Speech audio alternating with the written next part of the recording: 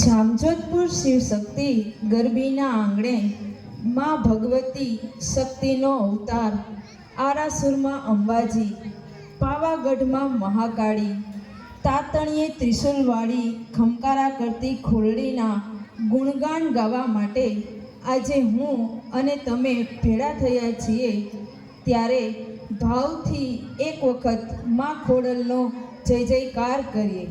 બોલો શ્રી ખોડિયાર માત કી જય। ગોહિલવાડની રળિયામણી ધરતી પર સિહોર ઢુકડા રાજપરા ગામને સીમાડે આવેલા તાતણિયા ધરા માથે માં ખોડિયારનું સ્થાનક આવેલું છે। શક્તિના સાક્ષાત અવતાર સમી માં ખોડિયાર માં ઉમિયાનો અંશ મનાય છે, કારણ કે તેમનો જન્મ માં પાર્વતીજીની કૃપાથી થયો હતો। સંવંત 16ના સૈકામાં 24 ગામના ઘેરાવામાં પથરાયેલું વલ્લભીપુર પાટણ સમૃદ્ધ શહેર હતું। ત્યાંના રાજા હતા શિલાદિત્ય।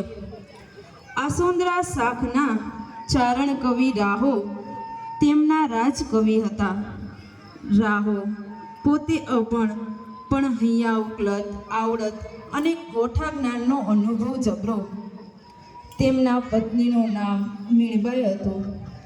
રાજકવિના પેટે કાંઈ સંતાન નહીં, એવામાં રાજકવિના શાળા સમૃદ્ધાને જઈએ રાજાના કાન ભંભેર્યા।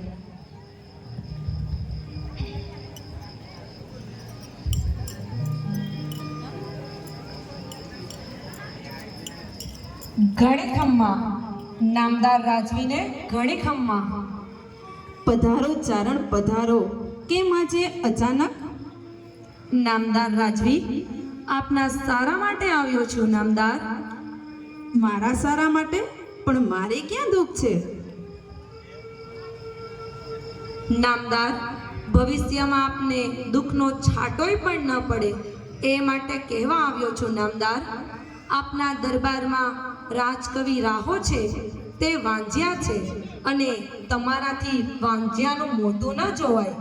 આ તો તમારા પતનની નિશાની છે, પતનની।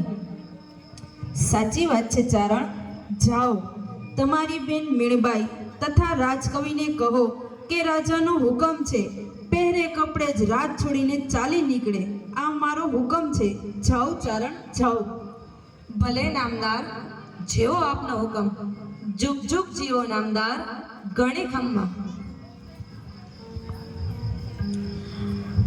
રાજવીના હુકમ અનુસાર રાજની હદમાંથી નીકળતા ચારણ કવિ રાહો અને મીણબાઈ હાલતા હાલતા મહાદેવના મંદિરે જઈ ભગવાન શિવની પ્રાર્થના કરવા લાગ્યા। ઓમ ત્ર્યંબકમ યજામહે સુગંધિમ પુષ્ટિવર્ધનમ ઉર્વારુકમેવ બંધનાન મૃત્યોર્મોક્ષયમામૃતામ। ઓમ ત્ર્યંબકમ યજામહે સુગંધિમ પુષ્ટિવર્ધનમ ઉર્વારુકમેવ બંધનાન મૃત્યોર્મોક્ષયમામૃતામ। કપૂરની અગ્નિની જેમ બંનેની કાયા સળગી રહે છે એ જોઈને પાર્વતીજીને દયા આવે છે.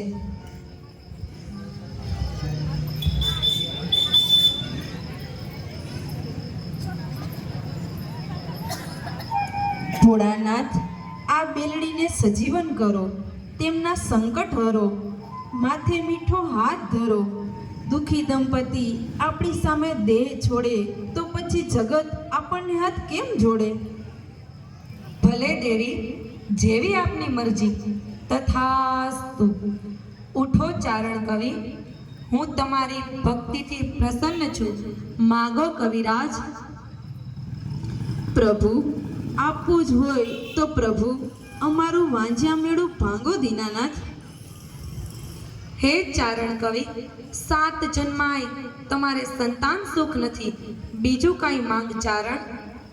પ્રભુ, આપ તો દયાના સાગર છો, દિન પર દયા કરવાવાળા અનાથના નાથ છો. મારા ભૂંડા ભાગ્યને ભૂસવાની આપની શક્તિ ન હોય તો અમને બળી મરવા દો ભોળાનાથ.